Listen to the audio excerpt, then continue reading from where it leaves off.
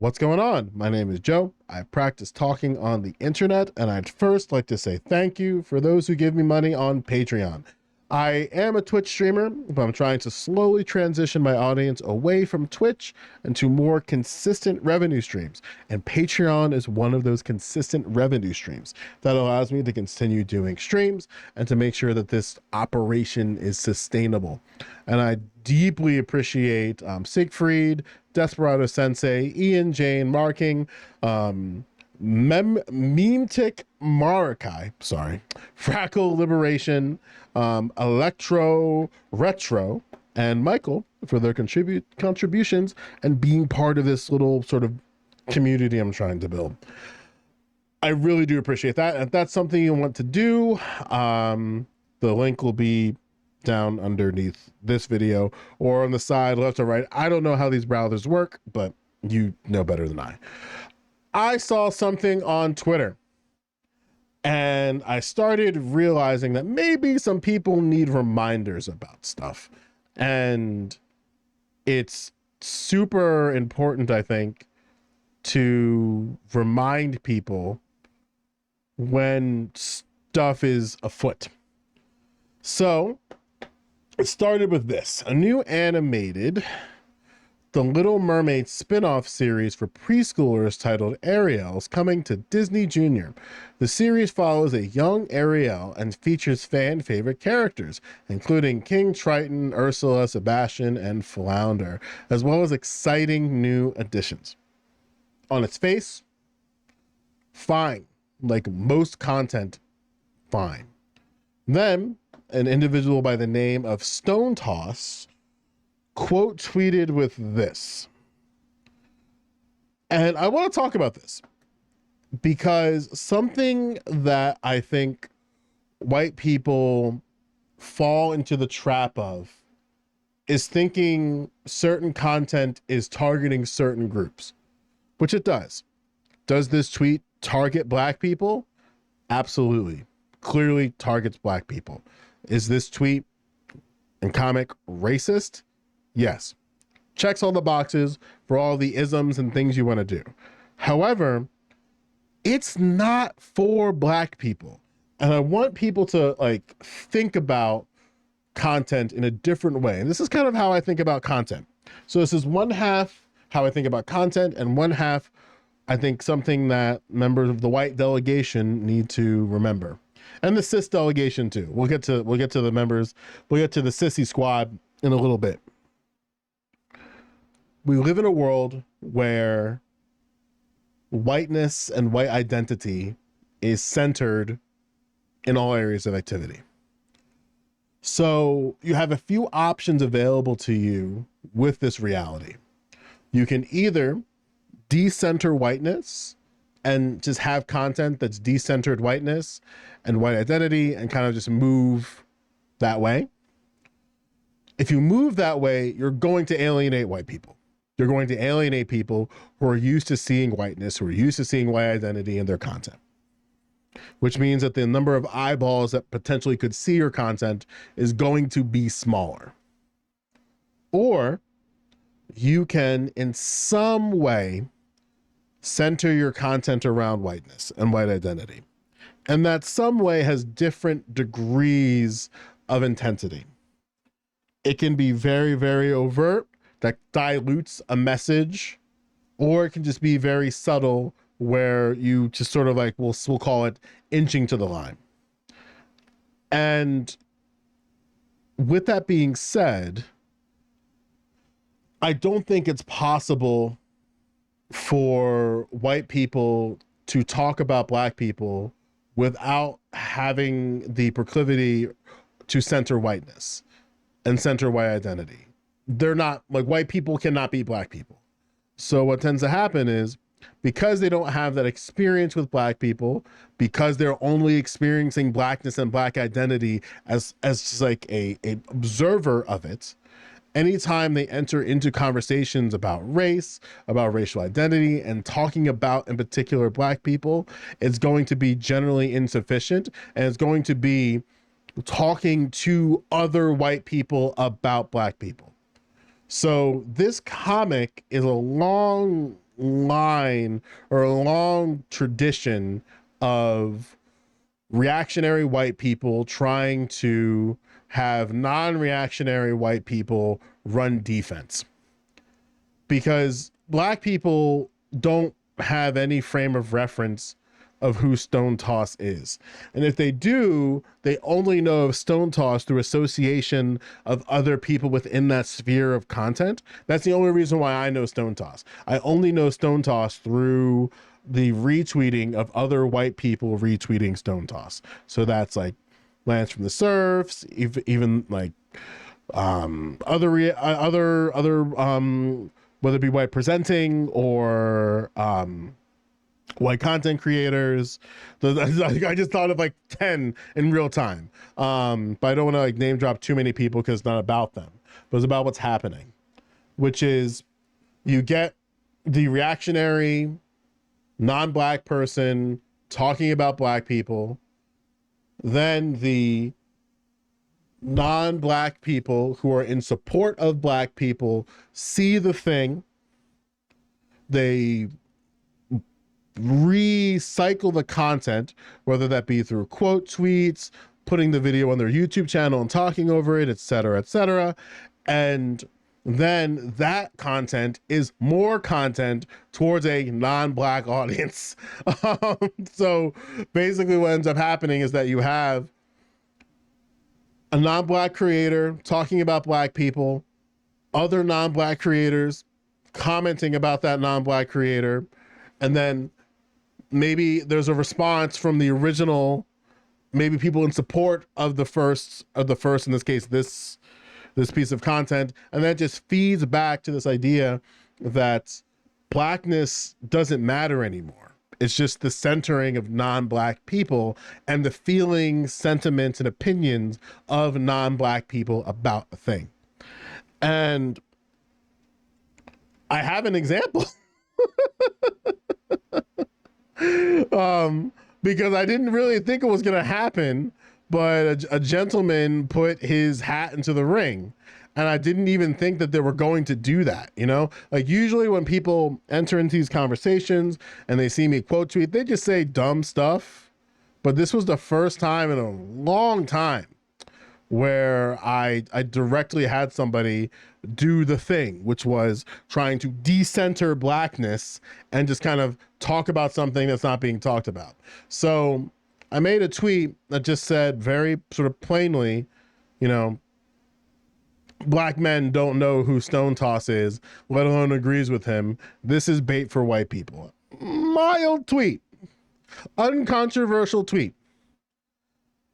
And then we had this individual who said, are you saying tons of black kids didn't love Goku and buy DBZ merch? Representation is nice, but it isn't always 100% the right choice. You can empathize with anyone regardless of how they look. So I felt the only possible response is to respond like this. Toxic? Yes. My point? Exactly. Where if we look at the comment on its face, I'm not talking about black kids, I'm talking about black boys. And if you want to talk about black boys, let's talk about black boys. Do black boys love Goku? Yes. Do black boys think that they are Goku? Some, maybe. Is blackness and black identity anywhere in Dragon Ball Z? I mean, in Piccolo. And the Namekians.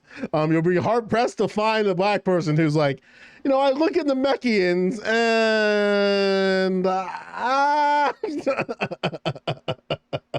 but those are memes for another day. Blackness isn't centered in Dragon Ball Z at all. At all. Unless you're looking at the Namekians, but this video is not about the Namekians. But again, you have a non-black person trying to center themselves in the conversation. So I felt like, you know, if you want to be centered in the conversation, I don't know what more appropriate response I can is to just center yourself in a response to you, because that's what you want. That's what a lot of these people want. They want to feel centered. They want to feel seen in conversations about Black people. And it's a little annoying. So what can we do about that? What can we do about a world that, when talking about Black people, decenters Black people and Blackness? I think an important thing is to just recognize when it's happening. And a good tell to recognize when it's happening is if somebody who isn't Black is making comments about Black people.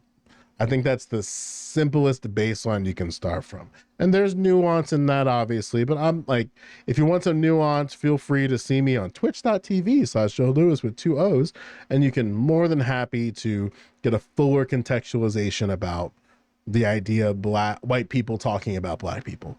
But most of the time, when there's white people talking about Black people, it's just these reactionary / conservative / right-wing folks who are looking to build certain narratives and stereotypes about Black people. But then even in the critique, there's nothing. Like, you could push back and go like, this is racist, or even debunking it.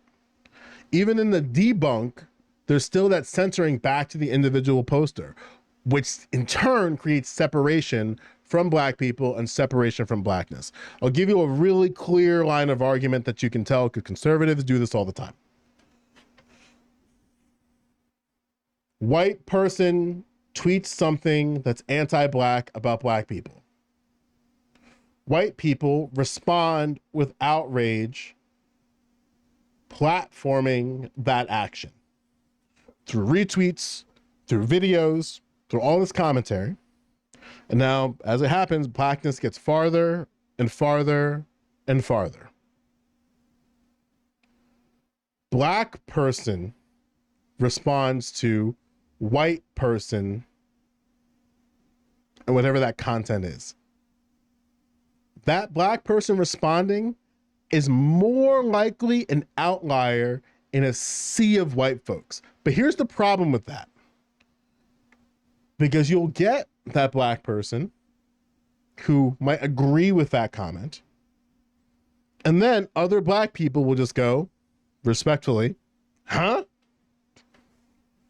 Just the what? And Black people have conversation with Black person about Black issue. And then the minute that happens, it no longer becomes about Blackness and becomes ideological. So then they start bringing up and this is what Black people in community with like the stone toss types do. They do the switch up where I'm just going to be honest here, because I'm a little bit free in a lot of different ways. They don't have any type of understanding of their own Black identity. So, and a lot of times they don't have any sort of like self-analysis of their own Blackness and how it relates to the external world. Because a lot of times these people are down bad conservatives. There's nothing wrong with down bad conservatives. Just keep that away from me. But like, I'm never going to diminish anybody's Blackness. But if you're a conservative and you're Black, like, you chill over there. You'll generally be unbothered. But when you enter into the marketplace of ideas about Black issues, you will get clowned by a lot of Black people.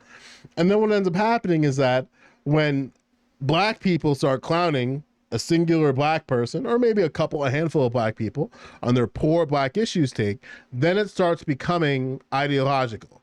It's like, look at all these lefty Blacks when they see a different opinion. Have they ever heard of Thomas Sowell? A lot of Black people have never heard of Thomas Sowell. Just throwing that out there.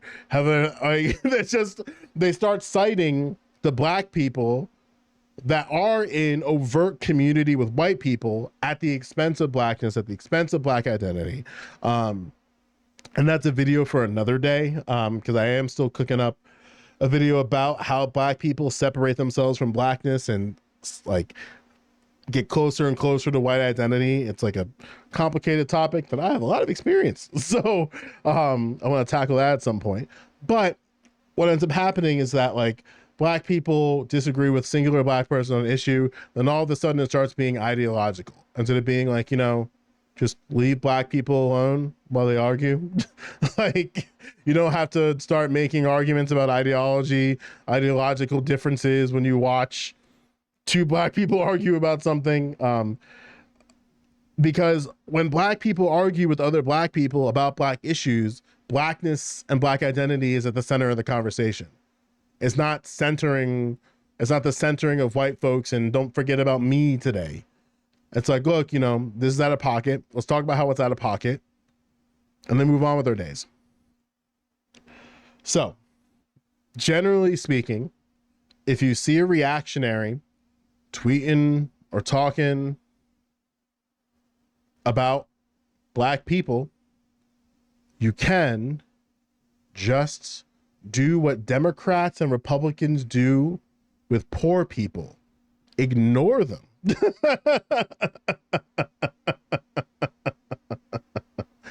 Treat them the same way you see those Karens when they're eating dinner in their outside villa restaurant. You know what I'm talking about. I know somebody who watches video who live in New York and New York City, and a lot of you like to partake in the East Village. Good food, but every once in a while, like you're in New York minding your business, and then you see somebody like just not having a good go with life, asking for food and asking for money, and the motherfuckers ignore them. You gotta do that. It had that same energy on stone toss tweeting. You had that same energy when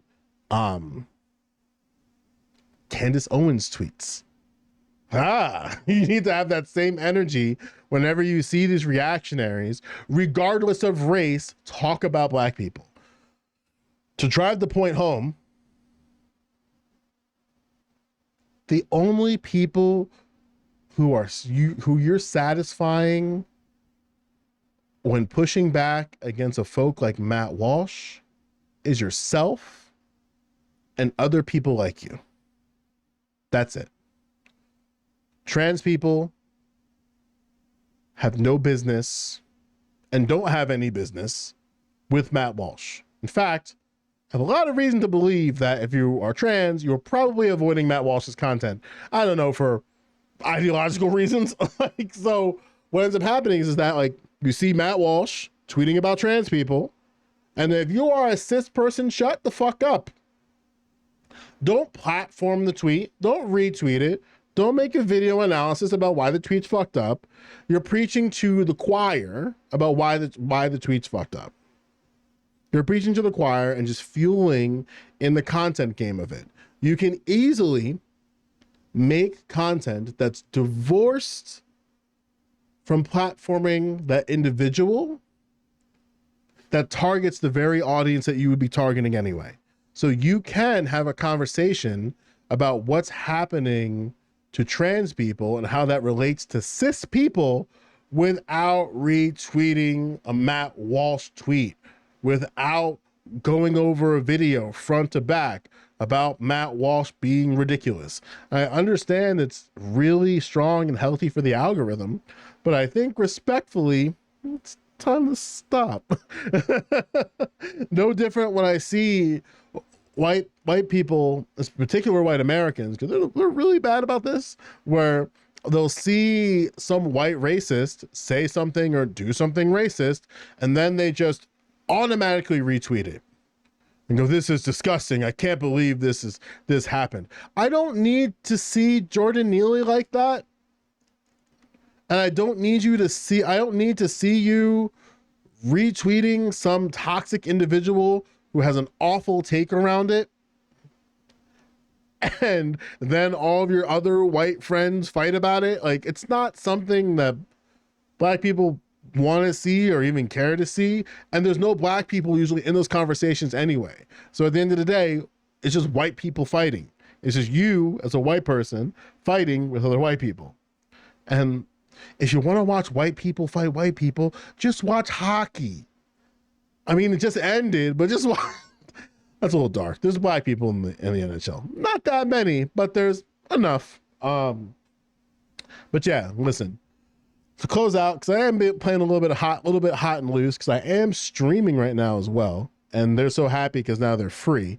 Now they're back in me recording a video jail.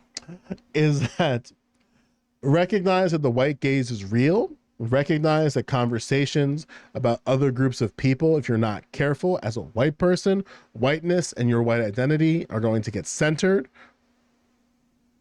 And maybe, just maybe, don't tweet about it. Don't retweet it.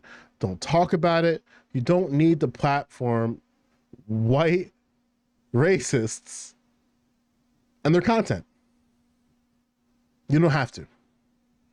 Content like that, and the only reason why I even engaged with this is just to remind people that, again, how did we get here? We got here because Film Update, which is just a film channel, tweeted about the Little Mermaid spin-off series about Ariel. Then Stone Toss decided to insert themselves in the conversation with a drawing. And I know, because I looked in those replies, a lot of white folks. And again, which is why I tweeted, black men don't know who Stone Tossers is, let alone agrees with him. This is bait for white people. Recognize when anti-black racists are just baiting white people who are in some type of community with black people, and sometimes not, to just talk about things and to center themselves and those around them. And as that happens, you're getting farther and farther and farther and farther away from blackness and black identity. Just recognize when that happens and don't engage. Recognize when it happens and just don't engage. That's it. That's all I got. I hope you're doing well. I want to again thank everybody who is and has been participating in the GoFundMe. That's also going to be in the description as well. If you want to help me on a consistent basis on Patreon, that's going to be in the description as well. If you see this at any time, feel free to go on the Twitch channel, twitch.tv/Joe Lewis with 2 O's. That's JOOELEWIS.